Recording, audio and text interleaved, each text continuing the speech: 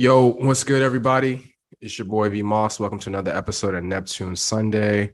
I do this all the time where I say we got to anytime we have a guest, I say it's a special guest, but it's because all the guests are special, yo. My man, Frazier Tharpe, Senior Associate Editor for GQ, is joining us on the podcast today. Frazier, what's good, bro? Yes, sir. What up? Thank you for having me. So we're gonna get into some specifics. There's a reason why Frazier's on this podcast. But first, introduce yourself to the people, man. Tell them how you got to this spot at GQ.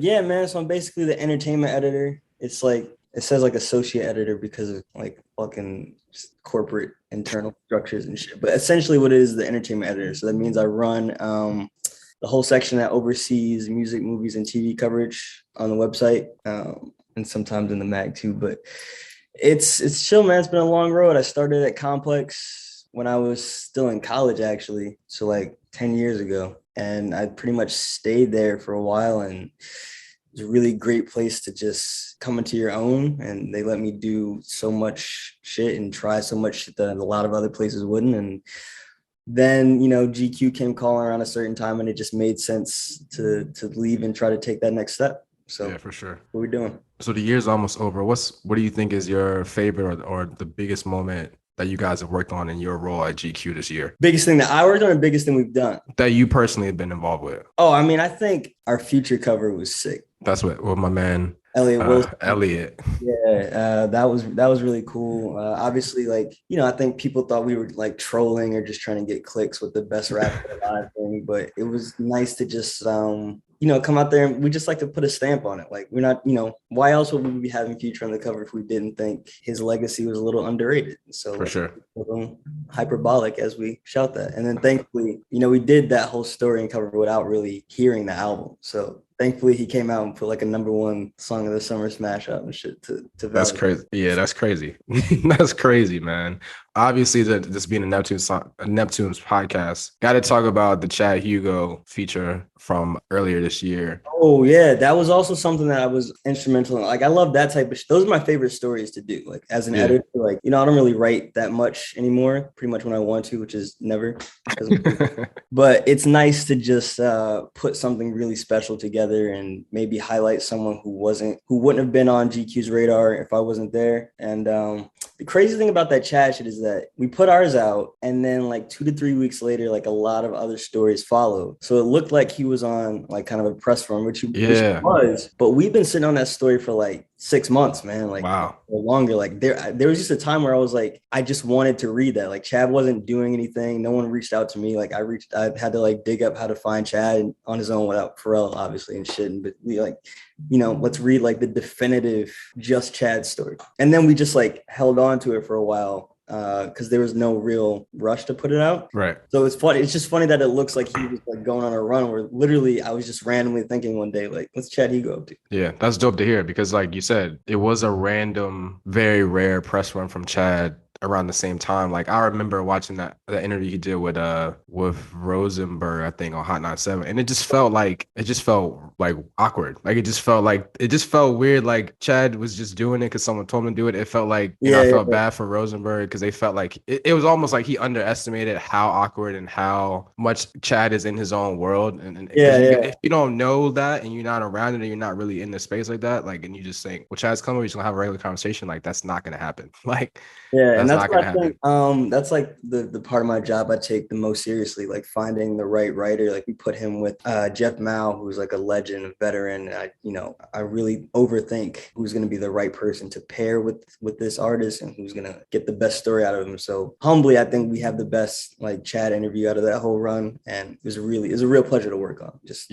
And definitely props to you and props to Jeff Mao. Like, as a fan of those guys who know a little bit more of their story than the average person, like, just to hear him talking about what he's been doing and like being back at home in the community band with his band teacher, like all that stuff was like really dope for someone who's from Virginia, who's followed them, like, to really see that side of him, hear him pop up and like, hey, I'm here, I'm doing what I do, like, I want to go work at Guitar Center, like, I'm just being Chad, which I thought was really cool. So definitely props to y'all on that. Yeah, man. So like I said, we got Frazier here for a special reason. I think Frazier is definitely, I guess he could be considered one of the Hovengers, as what Ain't No Jigga calls. Let me tell you, no shout out, no disrespect to Ain't No Jigga. I love Ain't No Jigga. talk to them all the time. But I feel like we can do better than Hovengers. I don't have a solution, but I just feel like I hear Hovengers and I'm like, I don't know, but continue. Yeah, man. So first off, just give the people a little bit of insight on how the whole chopping it up with Guru after the God did verse, how that came to be about, which I thought was super special. Like obviously Guru has a crazy perspective on all of this. So to be able to just, the song comes out, like say, we see you and Rob down there sitting in the room with them, was just it, for us who know what's going on, like that was a big deal shit for us. Let me tell you, bro, I shouldn't have even forget about what the cameras caught. Like some of the stories Guru was telling like off camera, like I should have just been like scribbling down in notes to make sure I remember. Like he was just like, really, really great, humble dude for being part of such a legendary like dynasty. And man, like that guy just has stories for days. For sure. But yeah, I think like Khaled and Lenny S had realized that there was so much hype around the verse coming out to it, which obviously they started to promote the album, but right. They wanted to make sure that people that got it or get it when it comes to Hove were among the first to really converse about it in a public forum. So yeah, I mean that was a real very cool day it's nothing like hearing a new Jay-Z verse for the first time with young Guru. Crazy. There's no better person other than Hove himself to be like sitting there like going through it and like, yeah, that's my next step. Like next time you guys are at Jungle Studios or whatever, I'll be there immediately. I mean, man, speak that shit into existence, bro. It's coming. Right. We already receiving it, bro. That's dope, man. I rewatched it the other day and it was just like just the way that Goo tells these stories about it and breaks down the lyrics and like just to watch you and Rob's reaction to it, like, bro, like we know Jay-Z shit, like you two know Jay-Z shit, but to see Goo take it to another level and blow you guys' minds in real time, I'm just like, bro, like this is crazy shit, man. Crazy shit. Wow. All right, man. So we're here 20 years ago in November, 20 years of Blueprint 2. What I'd like to think of as one of the more polarizing Hove albums for a bunch of different reasons. Yeah. So first off, let me get your overall thoughts on the album. It's funny because like you go into this, you kind of like put your, like it's known, like, like you said, like have me on for a special episode for a special reason. Like it's known that I'm like a Jay-Z guy, right? So it's funny that when you put that out there though, then, people, you share your opinion and people just immediately think like you're standing or, like Hove can do no wrong and that shit, that type of shit. I'm like, bro, like it's never been that way. So I say that to say, I started listening to Jay-Z when I was like probably 7 or 8. By like 8 or 9, I was like, all right, this guy's my favorite rapper. And I was snapping up every release, every single after that. And so I definitely bought Blueprint 2, like from Sam Goody or whatever the fuck, in November 2002. And obviously I was like 12 years old then. So I don't really I know that I didn't like it that much. Even at 12 as a like obviously like it's funny because like you re-listen to shit, like I know that I like the Blueprint, but obviously there was a time when I was older when I like really understood why the Blueprint is so good and was like more impressed because I had more context for it and all that shit. But I know when I was 12 years old, bro, I got to that Sean Paul song, like what the fuck is this? But what's crazy is that, like, you keep going back to stuff you give. I like to just let stuff rock on my own. Like, obviously, a dude tweeted the other day, and it's a hot take, but it's not like a uncommon take. I've seen it out there that Jay-Z's technical prowess, like his lyrics, his flows, and all that shit on Blueprint 2 are incredibly sharp. Yes. Some would say sharper than the Blueprint, which is going too far. I think it is going too far. It's definitely sharper than it. But it is sharp, and it's a solid album. I think people, the ire that people have for like volume 1 is what they should have for volume 2. I mean, for Blueprint 2, because like whenever someone gets Jay talking about volume 1, what's he say? He's always like, I fucked it up with like, if it just took like one of these 2 or 3 songs off, it would be looked at as a classic. And it's like Blueprint 2 has so many like sick highs that just get washed out by just like the volume of it and kind of just the scattered nature of it. But I think that was also his intent, was just to show his range. Right. But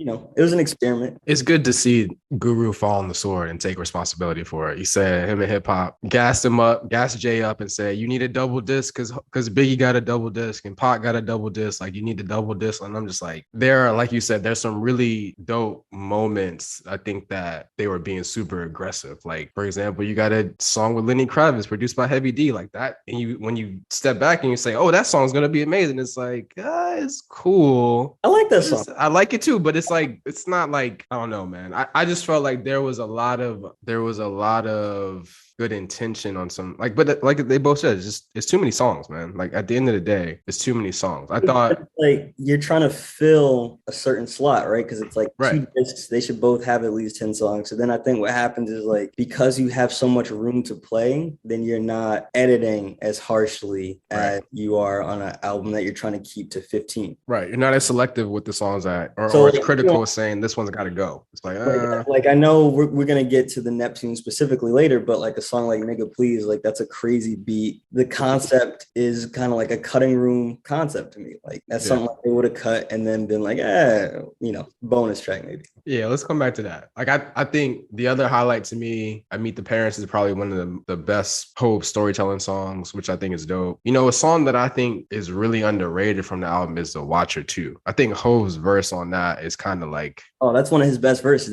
Out of this world. That's one of his best verses of all time. And actually, the funny thing about the album is that my man Angel compares Blueprint 2 to Nas to Drake with Scorpion after Pusha. So it's like you have to look at the album in the context of the aftermath of Ether, right? So that's why it's almost overconfident to show, a hint of like unbotheredness or whatever, right? Which could, especially for Drake, I don't think it worked out that well. For Blueprint 2, I think it plays a little bit more successfully. But the funny thing is that, and I didn't realize this until I was actually, I think before you hit me, it might have been after that dude's tweet, I ran the album for the first time, like in full in a while. And there's like the album itself is just like one big Nas troll in a way. It's really, really funny to me. Like obviously there's the diss track, which if you want to talk about underrated, like that's when everyone talks about their beef, then no one talks about this song, which is like, it's a great diss song. But there's so many. So like, one of the big disses in Ether was the Biggie thing, right? How many big lines come out your fat ass lips, whatever.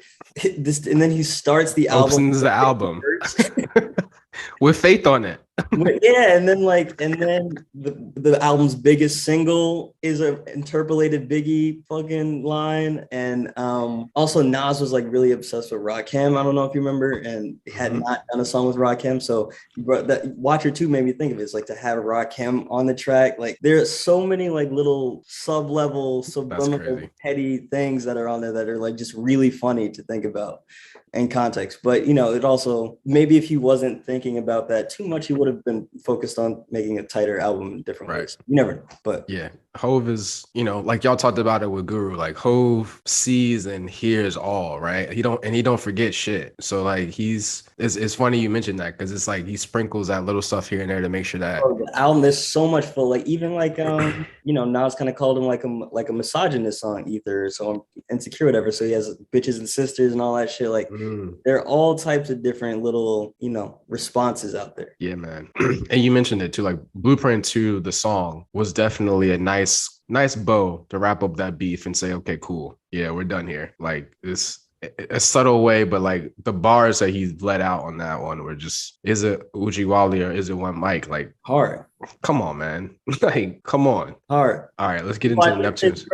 Like I think he had like when you compare that to Scorpion, it's like Drake doesn't have a song on Scorpion that's like directly at Pusha and or Kanye. Right. Like all types of bars that we know are bars for them, but it's just not that specific. Funny charting each, but it's also like with the double album thing. People we watch artists stack albums now with a lot of songs, and they say it's for streaming, right? To gain the numbers, the more quantity you have, obviously, right? But double albums worked the same way back in the day because they counted as 2 discs. So you doubled your sales. So it's like I said, Blueprint 2 is an experiment, but one you can't be mad at because it's not like Jay indulged it and then he moved on. Right. Like we never got an album anywhere close to that long ever again, which was, I think says a lot. Yeah, not even close. I mean, I think American Gangster had a bunch of songs on it, but I think he tends to really stick to like 14, 15. Yeah. Yeah, we'll get into this in a second too, but like then that just brings up the whole concept of releasing the Blueprint 2.1 afterwards. Like the songs that they kept on there, some of them I'm just like, bro, like what? Like you said, the Sean Paul one, like it didn't really do what it was supposed to do in terms of streamlining the album. And then it's like at this point, I don't know the context of that too much or how quickly it came out after. But it's kind of like a reaction that didn't need to really be indulged. It's like if people are complaining about the length, then you have to like really cut it down. But it's like we see that now when people make playlists of albums that are too long and shit. But it is what it is. But I think the only one has stopped though. That's a good song. It has Stop and La La La on it. Yeah, but La La La was more of like a I always associated that with the Bad Boys. Bad Boys 2. Yeah, for sure. Which is completely side random note. Like that soundtrack was actually like very good. Like that soundtrack was very good. Very good. Very good. Shake Your Tail Feather was crazy. On that, yeah. All right, bro. So let's get into the Neptunes tracks. There's 4 of them. Ballad of Fallen Soldier, Nigga Please, Fuck All Night, Excuse Me Miss. How you want to do? You want to go one by one? Go ahead. You give your thoughts on them, and I'll give you mine. I want you to go first. All 4 or like? Yeah, all 4. I think, listen, Jay and Neptunes is one of the like you can talk about Jay's relationship with certain producers and their stories unto themselves. I think the Neptunes have to be, it's crazy to say, but because you have Blaze, you have Timbaland, you have Neptunes, but the Neptunes are really, really fighting for that top 3 Jay collaborator spot. And I think when you step back and look at the tapestry of their work, Blueprint 2 is not going to come up that high or be that significant. But it's that when you're that locked in with each other, the song, there's still good songs, What's crazy is but really funny is that it's different for someone like Just Blaze. Like some of Just Blaze's best work with Hove is on here, and Kingdom Come, which are the 2 albums that you would probably put on, which is funny. But anyway, let's start with Excuse Me Miss. Like I think that when you get to like artists like Jay-Z that are popular, like there's a certain level of like ubiquity, I think, where you start taking certain songs for granted. And I think that definitely happened to me with that song, some of his other songs for sure. It's like it's a great song, but it's just not like, it's been 20 years now. Like I'm not listening to that all the time. But it's one of those things where it's like when you go back, like the other day, like I think I saw someone tweeting about a J. Rick Rubin story and it made me listen to 99 Problems for the first time, and I don't know how. Like that song's like ubiquitous to me. I like barely even think about it now because it's just so ingrained. But when you kind of reset yourself to just really listen to it, like this is a great fucking song. So that happened to me with Excuse Me Miss. Like I said, when I was playing the album for the first time a while, like 2 or 3 weeks ago, I was like, this is a fucking great song. Excuse Me Miss is fantastic. Definitely like one of Jay-Z's peaks in terms of pop songwriting. For sure. And the video, definitely in that growing up in that era, like the video took it to the next level. You got the whole Rockefeller is in suits in the club, like Beanie Siegel and like Young Chris and those guys dressed up, like for sure. All right. And then when you go to a song like I was saying, like Nigga Please, it's just like perfectly fine. Like it's a really cool beat. It's a good song. I would just never ever go out of my way to listen to it. Like it just. And one thing that we got to give Blueprint 2 real props for is it's a real dedicated effort to put The Rock at large. Like everybody gets a chance to shine. MOP on the You Don't Know remix. Literally everybody gets a chance to shine. So you can't, like when he was at like his highest commercial peak. So that, you got to appreciate that, but it's totally like if you were ranking Jay Neptune songs, it would be bottom 5. So speaking on Nigga Please, right? Wanted to get your thoughts on, there's always been some rumblings about that song being the song that made people realize that Hove might be borrowing or being inspired by Young Chris's flow. Yeah, what are your thoughts on that? I think Jay-Z just has a lot of different flows. And we see that with collaborators all the time, bro. Like for the most part, like whatever artist is working with another artist, it's usually like the guest that adopts the flow of the featured artist, the lead artist.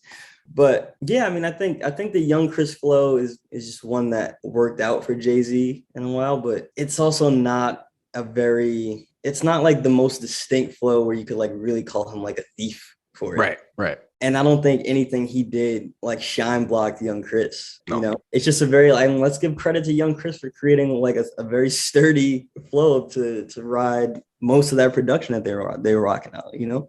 Yeah. I mean, I think you could argue too, is like these guys spending so much time together in the studio and all that. Maybe it was the opposite. Like maybe it was Chris That's being true inspired too. by Hove. Because like there's a whole lot of things. Like I think, what's funny is like Jay Electronica tweeted the only Christopher we acknowledge is Wallace thing 2 years before that Jay song came out. Wow. But what people don't know is that Jay song was 2 years old. Mm-hmm. You know what I'm saying? So Mm-hmm. that's just kind of how it goes. So that's a very good point that I never thought about. But young Chris could have patterned his flow from things, but also it's like we said, the whole point of Blueprint 2 is the wide range of flows, right? Right. So The wide range of flows and the wide range of subject matter too. Like, yeah, man. Like I just read a Pitchfork review that I never read on it that was like pretty favorable. Like it's a big swing that you come away respecting more than shaking your head at. right. And I think when it comes to the Chris flow, it's just kind of like Jay-Z has a whole bag of flows, and I think Chris is just one that kind of lends itself to, it's like a everyman flow almost. And so that's why it looks that way when you step back. But yeah. Nigga, please. I mean, the other two songs, like Ballad for a Fallen Soldier is I really like the hook on that. Yeah, I think that's Mark Dorsey too. Guy that did Love You Better. Yeah. Which is weird because he works with Pharrell a lot, and he kind of sounds like Pharrell. A little bit. Yep. Right, which is funny, but I do find myself listening to that. Like I threw that in a couple just like like when you chilling out playlists. As a song concept, it's a little tortured. It's working hard. It feels like a term paper.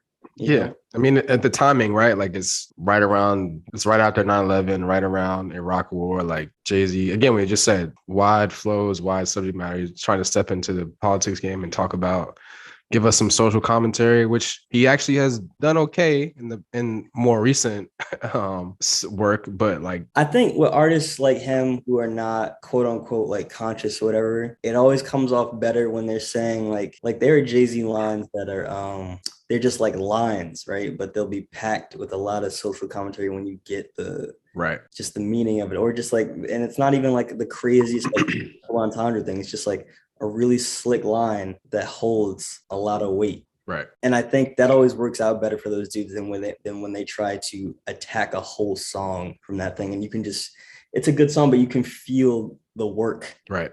Very forced. Which leaves us with Fuck All Night, which is honestly my favorite Jay Neptune song on here. I love that song.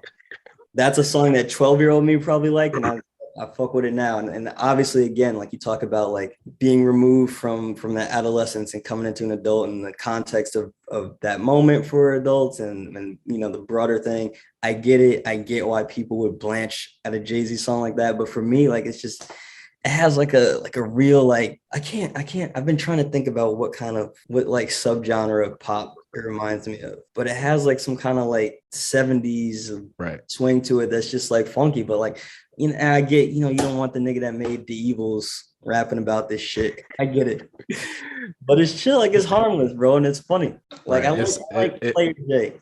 It's not for the lyrical purists. It's a fun song, and it's like Pharrell and Chad are the perfect people to make a beat for that type of song. Where Hope is just talking shit. He's enjoying it. It's really dope when you think about "Excuse Me, Miss" is really like about the love, and I'm trying to like really settle down and then the same two guys make the beat where he's just like talking about this joint that he's just smashing. Yeah, it's a funny concept. It's lighthearted, and I think it has a Jay that we didn't really see that much of between like there was like Big Pimpin' Jay, right, stunting on parking lot pimping, all that shit, and then in the midst of all this Beyonce shit, this is also like the era where he's about to kill the throwbacks and be grown and sexy, that type of shit. This is more like just like bachelor pad player. Yeah. Multi-millionaire Jay, which I can listen. I can totally understand why some people have no need for that, but like-minded people are catching on, bro. Fucking, I don't know if you remember the clip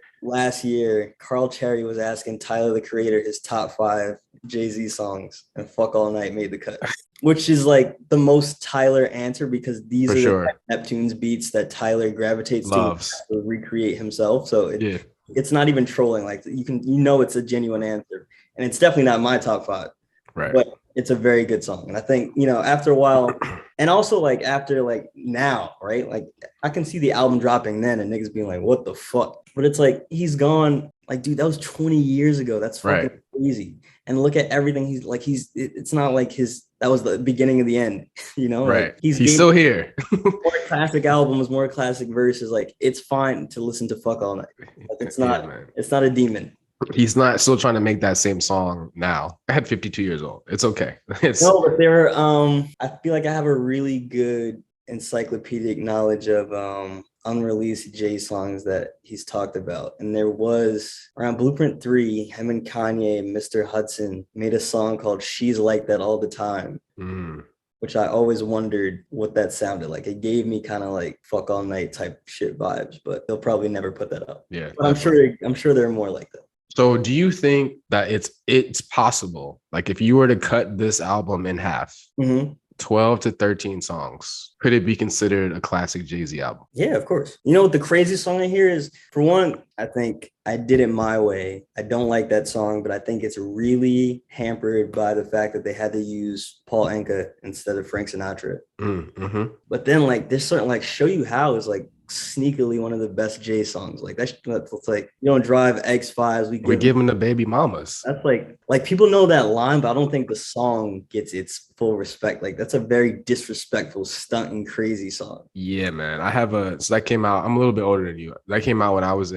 This album came out when I was in 11th grade. Okay. And so I went to this like really unique school in Richmond where it was for gifted and talented kids, but also was for kids from like minority and low income background. So it was like, it's a small ass school, small classes. So literally like every year you take a trip. And so this 11th grade year was a trip to Boston where you go see all this historical shit, whatever. But one of my boys, born and raised in north side of Richmond, his name is Eric, but he used to go by Smoke because he actually used to rap. And the whole trip was just rapping that first verse. And he would just randomly we would be doing something stupid or in the line or on the bus. And he'd be like, we don't drive X5. We give them the baby mamas, push the big top that shaped like a Kansas chick. And I'd be like, bro, what are you talking about? Like, what do you, and then once I realized it, because that's the thing, when you got a double disc album with 25 songs, and this is one of the last songs, like it's easy for that. That's part of the reason why people don't even know that. Like you got to be paying attention, man. But like when I went back and listened to it, I was like, yo, this man Jay-Z is fucking rapping, bro.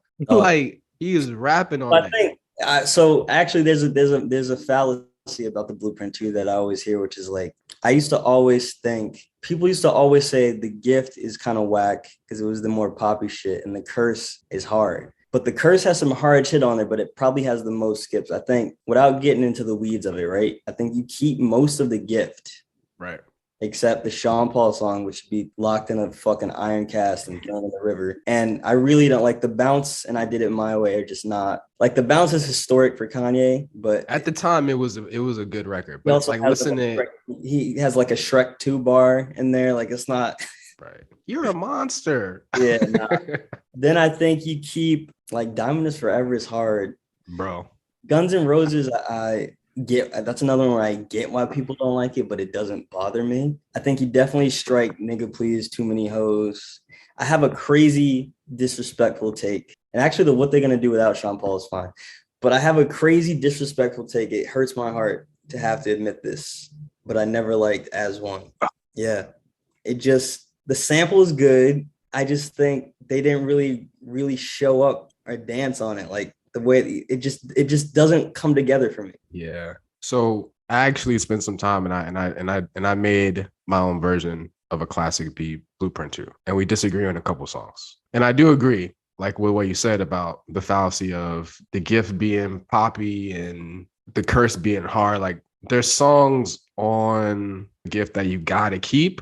And then there's some of them that like it was harder for me to leave off more songs on The Gift than it was on songs on The Curse. Like, but I kept Dream, Hobie Baby, Watcher 2, here's the controversial thing for me that my friends call me out on. I'm gonna choose Excuse Me Miss over '03 Bonnie and Clyde. '03 Bonnie and Clyde is a classic record, man. It's a classic record, but I'm trying to make a classic album. Yeah, That but just you need that. You need that's history. That's the real. That's the Adam Sandler meme. That's history right there. I know, That's their man. first song together. I know, man. And I he's don't rapping know. like the Hearse Aviator lens, Mercedes Benz. Like he's really rapping. He's really rapping on there. That's the thing about Jay-Z is that even on songs that you like that you want to throw out in the trash, like he's still kind of getting off on them. Like I don't know, man. only time we want to speak is during Sex in the City is a bar, my nigga.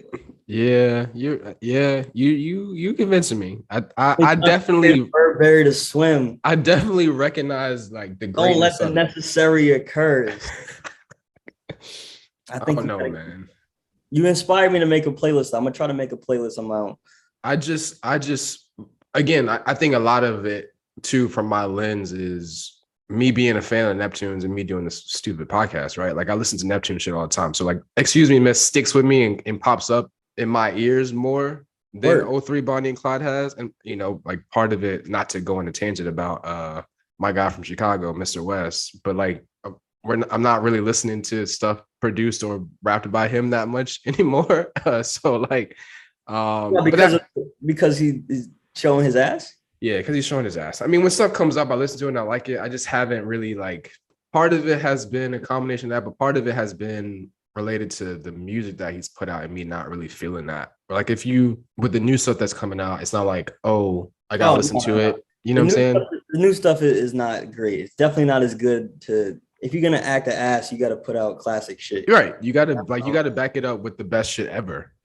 Yeah, but I think I'm not really one to when it comes to like his old shit.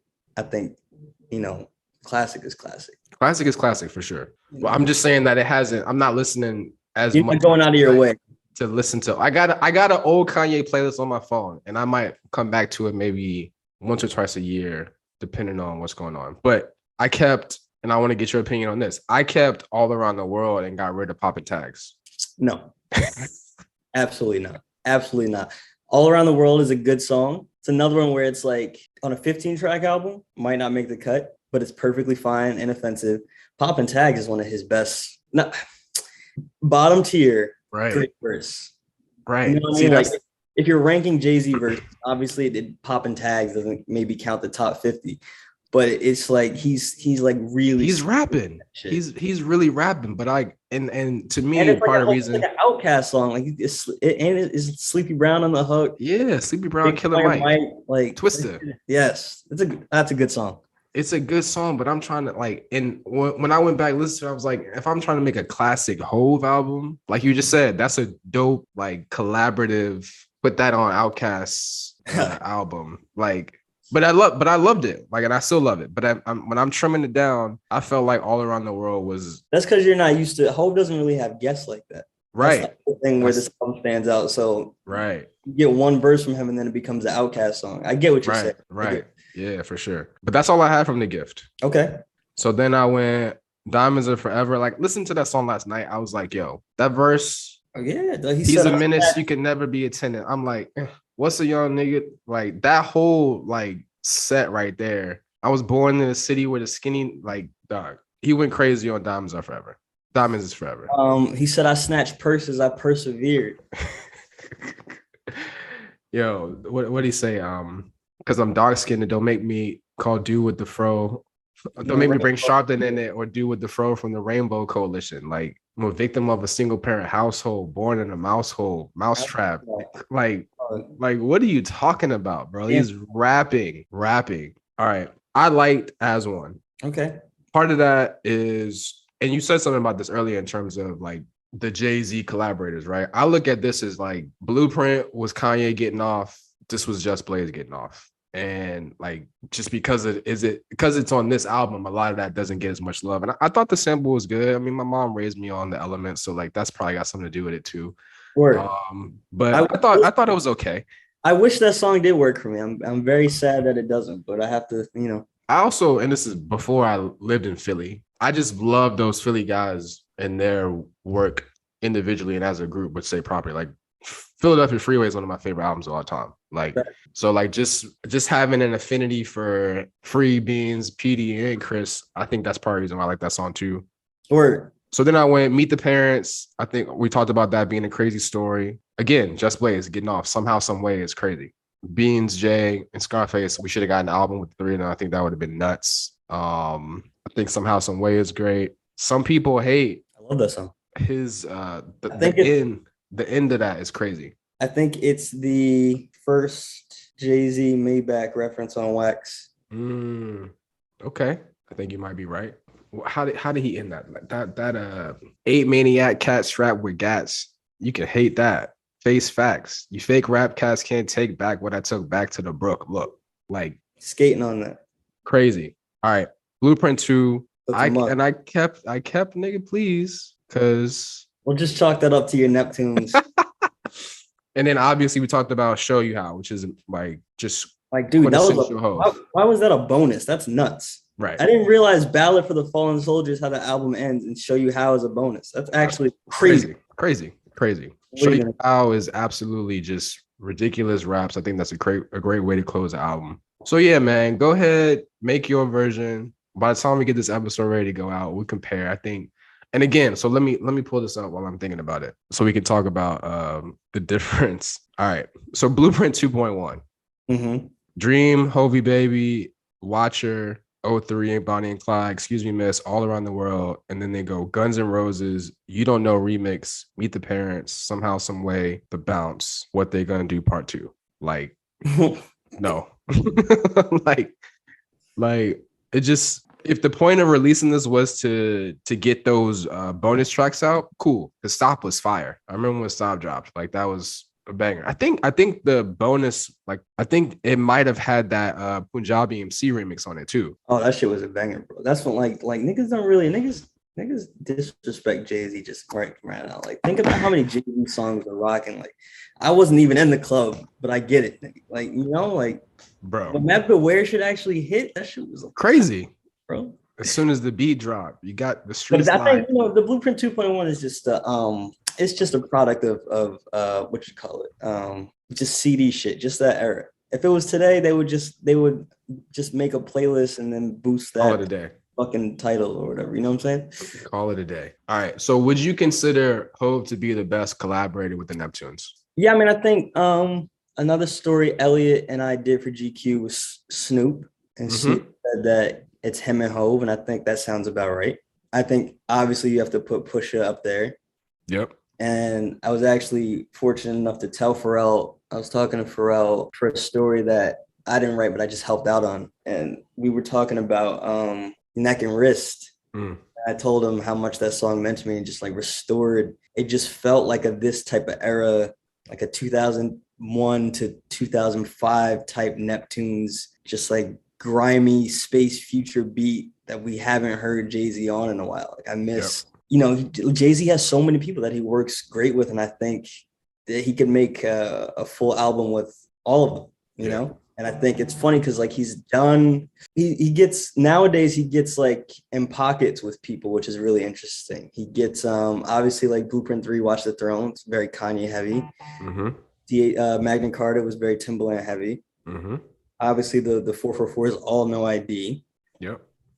Then you know, he found that random pocket with Cool and Dre. So, you know, I think he hasn't found that he never locked in with the Neptunes like that to that extent, but what they've done together is crazy, and it's probably one of his most enduring relationships, right? They've never faltered at all. And I think, you know, like a song like Black Entrepreneur didn't really work for me that much.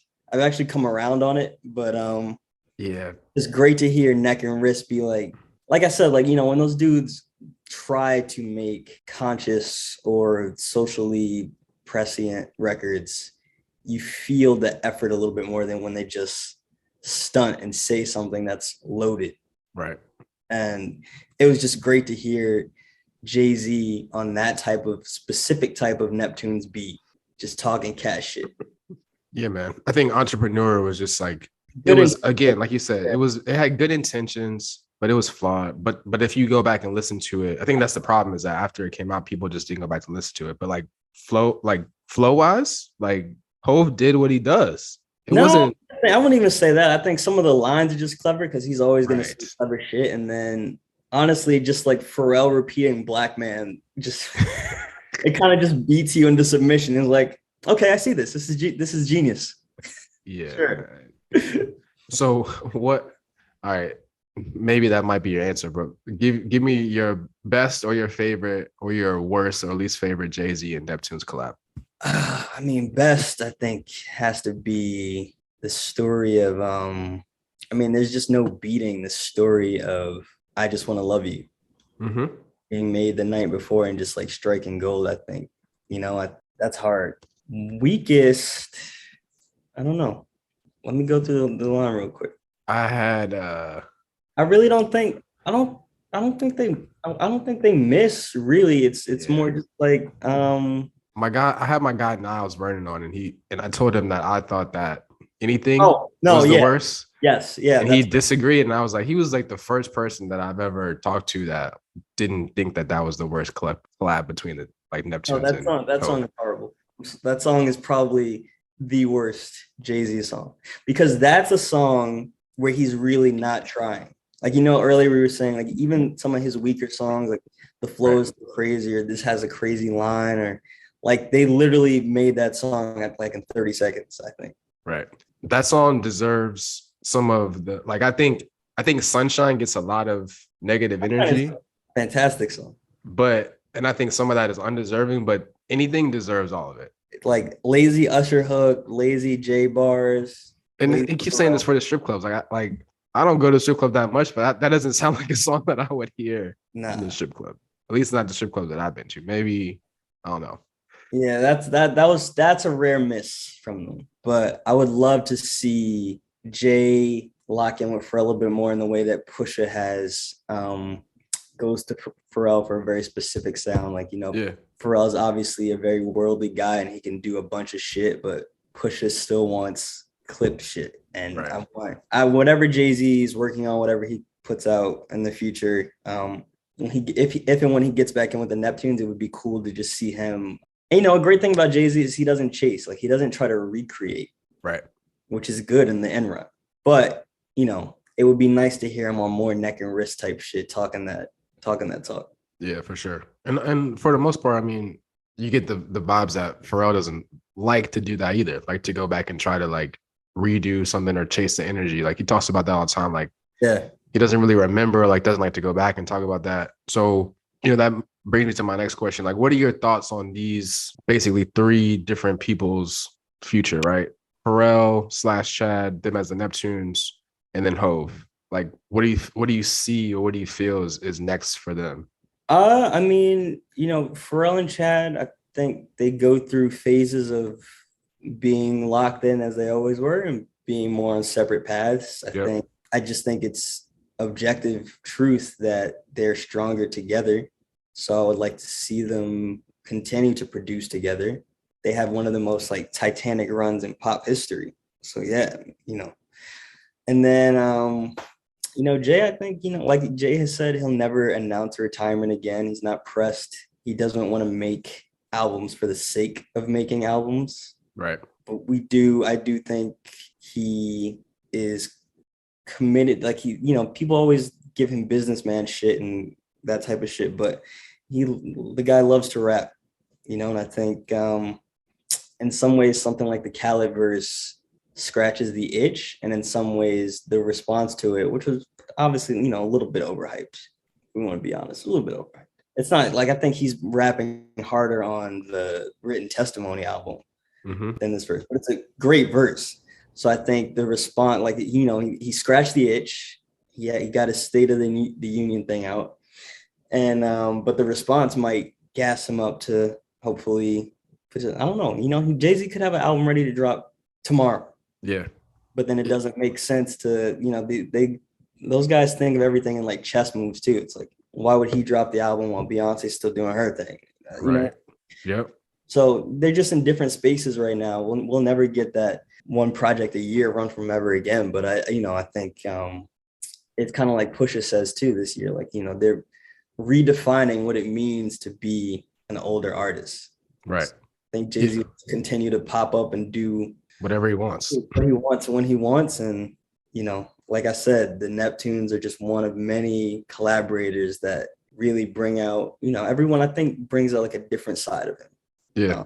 And that was a dope point that Guru made when you guys were talking to him about how, like you said, what it means to age as an artist, especially an artist in hip hop, is they're defining that as we go now, right? Like there's not really a precedent of people making it past a certain age and still being out, like, but they do it in all these other genres. So like, Guru said in that interview, James Brown and Mike Jackson, like they did that basically until they died. So like, yeah, not saying that we want Hope to do that, right? But it's definitely a different energy, like compared to when he was on that 10 Summers, where it's like, yo, I got to do this because I'm trying to make this money. But now it's like, okay, cool. I got this brand. I've established myself. I can do whatever I want. As long as they don't get, when it comes to Jay and the Neptunes in their respective fields, I think as long as they don't get caught up in trying to compete and trying to keep up with the dominant thing in the culture, right? I think they're going to be fine. They're going to keep putting out relevant and vital projects. Right.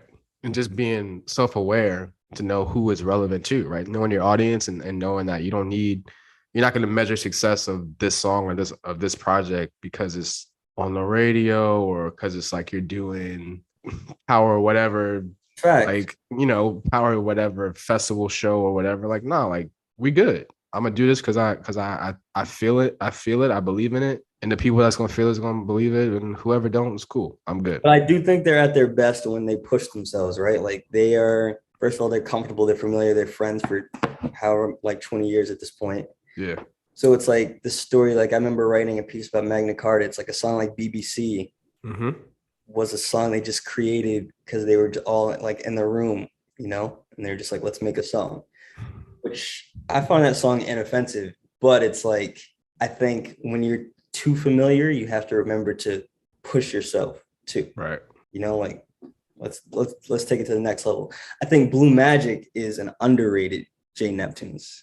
That's one of those things where it's like, I can't recall if like Chad is actually on that or not. It might be credited to Neptunes, but at the time it might have seemed like it's just for LB. I don't know. But same shit to a degree. Great song. Yeah. And speaking on the future of Pharrell specifically, like the whole Jupiter thing right now, we just had a crazy quote about it where he was like, I was walking around the gallery. I was present in the gallery looking at my past, knowing what I have planned for the future. Like, I'm just like, bro, like, what are you doing, man? So you dropping the album. We got Cash In, Cash Out came out this year. The Travis one's coming out soon. Like, are we getting music? Are we getting like some kind of clones type album from you? Like, what is going on there? It'd be interesting to see. Word. Also, I'm 100% all in that Eclipse album is coming. I have all the evidence I need. I'm betting on it. An Eclipse album is coming. It's something that we have to will, and hope they do it the right way. It's going to be interesting, man. Like just the two songs that they've done together since like this year, were very strong, and Malice sounded like sharp as ever. So I don't know, man. Let's just see how they approach it. Like, cause we're gonna just go back and pay homage to Lord Willing and go 100% Neptunes and Pharrell production. Or are you gonna take the other approach where you're gonna mix in some people that like mix in some Kanye? Yeah, I don't know. Like we'll see. I'm interested to see how it goes. I'm excited about it. All right, before I let you go, because I know you are a big pop culture guy. Like follow you on Twitter, so like it's funny when you say like non-music shit, and I'm just like laughing because I relate to it or I fuck with it too. So I'm just gonna give you some rapid fire shit. All right, let's get it. What's the best out of the movies from the Jurassic Park franchise? Oh, that's still got to be the first. Yeah, I think the first one is no question the best one, but I think the second one, The Lost World, gets hate because it's so crazy. Like Jeff Goldblum pops up with the black daughter and like she's doing gymnastics. Grossly underrated movie. I think The Lost World is really dope. Yeah, like I fuck with The Lost World hard. That's just where it's like you put the first one would go in like the Library of Congress, right? So just because the second one didn't reach that level, then whoa, what? Sequels are a mistake. Yeah, man. I mean, the wrap up of the last movie though was just like absolutely. I was unimpressed. I felt. Dog, I didn't even see that. I won't. I'm good. Time is money. That's real. All right. What's your favorite Seinfeld episode? I was just watching Seinfeld before we hopped on. One of my favorite that's like favorite Jay-Z song. It'll change every day. I think a personal favorite, it's not the best episode, but like I laugh like I've never seen it every time it's on is The Secret Code when George accidentally kills Yes. his mother. Hilarious. It's so funny. Like I growing up in Richmond, and me and my mom didn't have cable until I was like eighth grade, right? But like the local Fox station used to play even before the show was off air. Like they used to play syndicated reruns of Seinfeld at like 6 o'clock, 7 o'clock dinner time. So me and my mom are like eating dinner and watching Seinfeld every day. And I'm just like laughing at some of it, but not understanding the jokes. But now as a grown ass man, I'm like, yo, this is fucking ridiculous. Like, how was this on TV? These jokes are so inappropriate. Actually, my favorite episode is the Cheever letters when they have to tell Susan's parents that the cabin burned down and they out her father and then goes on a date with Elaine's secretary, all that shit. That's just top to bottom. There's so many episodes. And so like I'm putting my girlfriend onto it now on Netflix, like watching Netflix and like just making sure that she's paying attention. Because when you get into like the later seasons, I think probably like 5, 6, 7, each episode is connected to some other episode down the line where they're like mentioning shit where you're like, yo, that's funny. Oh yeah, they talked about that. Like, oh yeah. So yeah, man, crazy. Like we just watched the Soup episode last week and she was like, bro, this is ridiculous. Ridiculous. All right. What's the best season of Entourage? 2. James Cameron season. I think 2. I like 2 a lot. I'd say my favorite season. I think I like 3. I'd say 3. I think I like 3 part 1. Yeah. For the same reasons. Like it's like the James Cameron shit is spilling out. Like 1A, 1B. Yeah, I definitely fuck with like. It's valid for sure. 3 part 2 is where it goes. Yeah, 3 part 1 where you have the first episode is about like trying to get a date to go to the premiere, and then the second episode is when they're in the valley with the kids, which is the best episode of the series. So. Dope. It's and I love Entourage. I personally think season 7 is crazy, and it's like I appreciate what they were trying to do. It's hard to rewatch season 7. What I will say, because it's so uncomfortable. Season 7 is trash, but, and this is no disrespect to my Entourage homies, what's crazy about that season is it's indicative of how well, I remember talking to the show's creator. I interviewed him like 2 or 3 times before. And one time he was like, people think the show is satire, especially early on, but we are really just writing what we know. And if you go back and stand, like that show predicted so many trends, so many industry trends, movie trends. Like I think Entertainment Weekly has a whole list of like fake Entourage movies that actually became real movies, right? Or indicative of real things. We don't have to go down the list.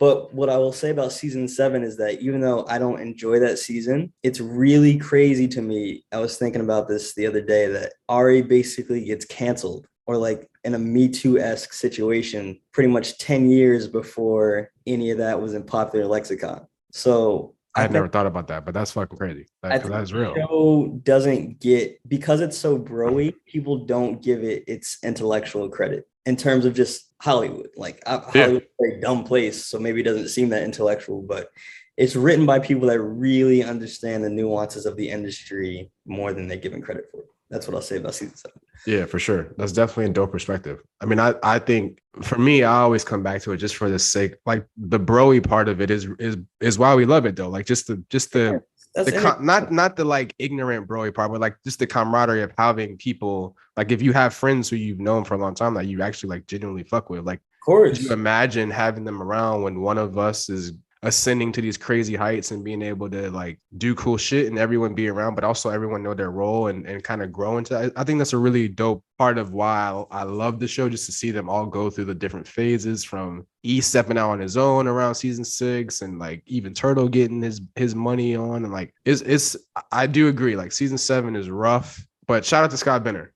He is part of the reason why the whole series is like got that extra vibe in terms of the music to actually like help with some of the stories. Definitely enhances a lot of different moments, because you can see it. Like even I tweeted about this last month, like even in the movie, which obviously big Neptunes guy, the significance when Ari goes to the meeting where they're talking about firing him and he pulls up in the helicopter and Scott Venner puts Super Thug on there, and I was like, see, I see what you did there, bro. I appreciate that. Nah, we always got to shout out to Scott Benner. That's the homie. That's a genius, integral in the way TV is made and the way TV interacts with popular music. You For got to sure. give him credit to that. And my first ever profile. So big homie. Dope. All right, bro. Appreciate you, man. I know you got a lot of shit going on. You got places to be and people to see and shit. But not I'm, so I'm chilling. I'm chilling. I'm glad we got to finally do this, bro. yeah, man. So before I let you go, what you got coming up? What should people be looking out for? I just, I'm playing the role of GQ, man. I'm boosting the team. We got we always go hard for the Man of the Year issue and last issue of the year, so that's gonna be a banger. I'm excited about the people we got on the cover and inside for that. I think I might write like one or two stories to end the year. I'm feeling really lazy right now in terms of me writing personally, but I'm overseeing some very cool stories that I think the culture is gonna dig. Yeah, we're just gonna ride the year out strong. That's what's up, bro. Appreciate you. No doubt. Go ahead, plug your social handles. Yo, who is Thackeray Binks, bro? What is that? That's me fooling around on Halloween. That's Halloween. That's the Hocus Pocus homie. Okay. You ever watch Hocus Pocus? I did, man, but I don't know. I haven't watched it. I haven't watched it in years though. You bugging. They keep that shit running on October on ABC Family. You could catch that shit on any given hour. That's the cat, the talking cat. You ever Gotcha. notice like some people, especially like in the film industry, and like the film critic industry, I mean, they will just change their display names to some Halloween shit for the month. So that's just I did it one year and I was like, all right, I'm gonna keep doing it just as a running gag. Like people hit me up like, all right, that time, it's that time. And it's just like such a funny name. Like it's the most ridiculous name. Yes, yes, it is. But your real social is the Summer Man on both Yes, platforms. sir. Both platforms, the underscore Summerman. That's me. You can Appreciate find you, man. Appreciate you, man. This was me dope. talking about. We gotta figure out another name for we gotta figure out another name for Hove Vendors. I'm gonna work on that. I'm just saying, like, I just feel like we can do better. That's all. I'm just putting the challenge out there. No offense to anyone. All right, bro. Thanks again to my man Frazier Tharpe checking out another episode of Neptune Sunday. It's your boy V Moss. Catch y'all later. Make sure y'all like and subscribe. Peace and love. Peace.